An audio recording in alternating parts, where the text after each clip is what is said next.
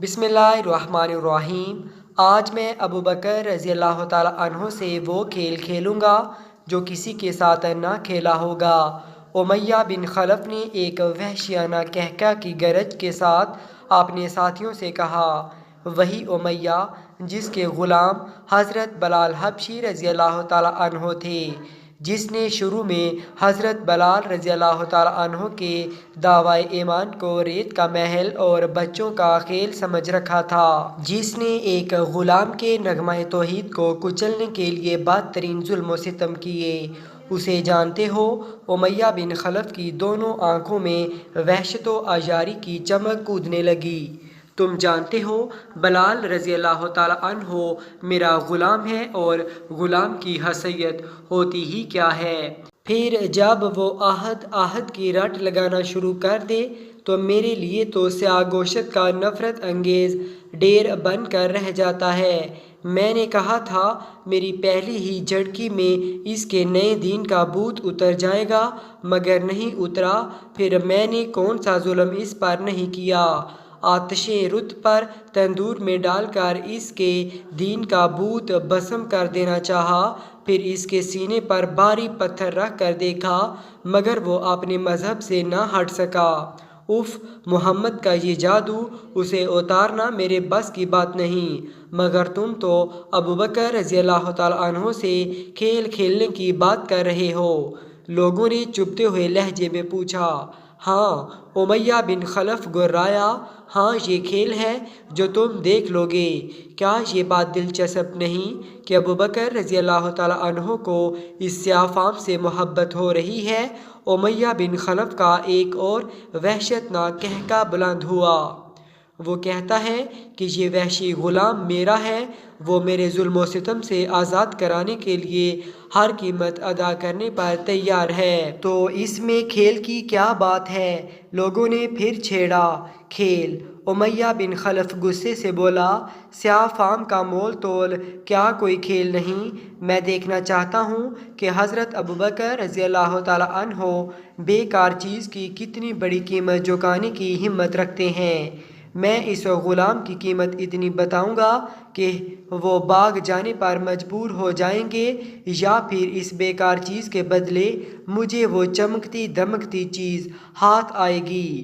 کیا عجیب کھیل ہے جس میں حضرت ابو بکر رضی اللہ تعالیٰ عنہ کی ہار یقینی اور میری جیت۔ ہا ہا ہا! لوگ کھلکھلا کر ہنس پڑے۔ اچھا تو یہ بات ہے۔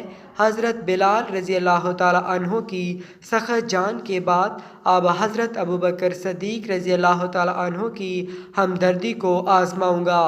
ہا ہا ہا! امیہ بن خلف کا قہقہ کس بدروح کی بے ہنگم چیخ و پکار کے انداز میں گرجتا رہا۔ گرم گرم ریت پر حضرت بلال رضی اللہ تعالیٰ عنہ کو بھونا جا رہا تھا، پتھروں کے اوپر گھسیٹا جا رہا تھا، کوڑے پڑ رہے تھے۔ آہد آہد! حضرت بلال رضی اللہ تعالیٰ عنہ کی کر رہا تھی۔ ابو بکر صدیق رضی اللہ تعالیٰ عنہ نے یہ آواز سنی تو تیزی سے جھپٹے، جیسے بلال رضی اللہ تعالیٰ عنہ کی مظلومیت کی تمام ٹسیں، تمام درد حضرت ابو بکر صدیق رضی اللہ تعالیٰ عنہ کے قلب میں اتر آیا ہو۔ وہ سچ مچ تڑپ اٹھے۔ اس غریب کے سلسلے میں تجھے خدا کا ڈر نہیں؟ ابو بکر رضی اللہ تعالیٰ عنہ نے بلال رضی اللہ تعالیٰ عنہ کی حالت زار کی طرف اشارہ کرتے ہوئے کہا، اس تمام دکھ کی ذمہ داری تم لوگوں پر ہے۔ امیہ نے حضرت ابو بکر صدیق رضی اللہ تعالیٰ عنہ سے کہا، تم نے ہی اس کو بگاڑا اور پھر اس حالت زار تک پہنچانے پر مجبور کیا ہے۔ بتاؤ اسے خریدتے ہو؟ بولے، ہاں۔ حضرت ابو بکر صدیق رضی اللہ تعالیٰ عنہ نے کہا، ہاں، ہر قیمت پر تیار ہوں۔ کیا قیمت دو گے؟ امیہ نے عجیب نظروں سے دیکھا۔ قسطاس! ابو بکر رضی اللہ تعالیٰ عنہ نے چھوٹتے ہی اپنے غلام کا نام پیش کیا۔ میرے مضبوط قوی غلام قسطاس کے بدلے، جس کے کفر سے میں بیزار ہوں اور تم حضرت بلال رضی اللہ تعالیٰ عنہ کے ایمان سے بیزار ہو، مجھے بلال سے محبت ہے تمہیں قسطاس سے محبت ہونی چاہیے۔ ایک غلام سے محبت کرنے کی بات سنتے ہی امیہ بن خلف نے منہ بنایا، کچھ سوچا اور فوراً بولا منظور ہے، لیکن فوراً ہی کہہ مارا نہیں۔ وہ ہنستے ہوئے بولا، اس کی آنکھوں میں شیطانیت کوند رہی تھی، قسطاس ہی نہیں اس کی بیوی بھی دینا ہوگی، مجھے منظور ہے۔ حضرت ابوبکر رضی اللہ تعالیٰ عنہ نے فوراً کہا۔ اس نے کہکا مارتے ہوئے ساری گفتگو پر پانی پھیرتے ہوئے کہا، قسطاس اور اس کی بیوی کے ساتھ اس کی بیٹی بھی لوں گا۔ اوہ بیٹی؟ ہاں اس کی بیٹی۔ حضرت ابوبکر رضی اللہ تعالیٰ عنہ نے ایک لمحے کو سوچا اور پھر کہا چلو دی۔ لیکن اس بار بھی امیہ بن خلف کا ہولناک کہکا بلند ہوا، میں خدا کی قسم، قسطاس، اس کی بیوی، اس کی بیٹی کے ساتھ 200 دینار بھی لوں گا۔ بولو بولو بلال رضی اللہ تعالیٰ عنہ خریدتے ہو؟ شرم کر شرم۔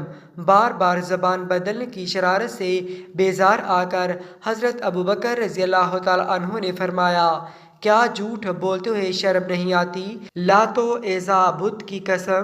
امیہ نے سنجیدہ ہوتے ہوئے کہا، آخری قیمت، پھر بات طے شدہ سمجھو۔ چل اوے کافر، مجھے یہ بھی منظور ہے۔ مسلمان بھائی، حضرت بلال کی غم خواری سے سرشار حضرت ابوبکر رضی اللہ تعالیٰ عنہ نے اپنا سینہ تان کر کہا، سودا ختم۔ ایک عظیم آزمائش میں دونوں مومن کھرے اترے تھے، حضرت بلال رضی اللہ تعالیٰ عنہ کی جان اور حضرت ابوبکر رضی اللہ تعالیٰ عنہ کے مال پر سے طوفانی آزمائش پوری طرح سے گزری اور دونوں فاتحہ نکلے، فقط اس لیے کہ اللہ دونوں کو ان کے مال و جان سے پیارا تھا۔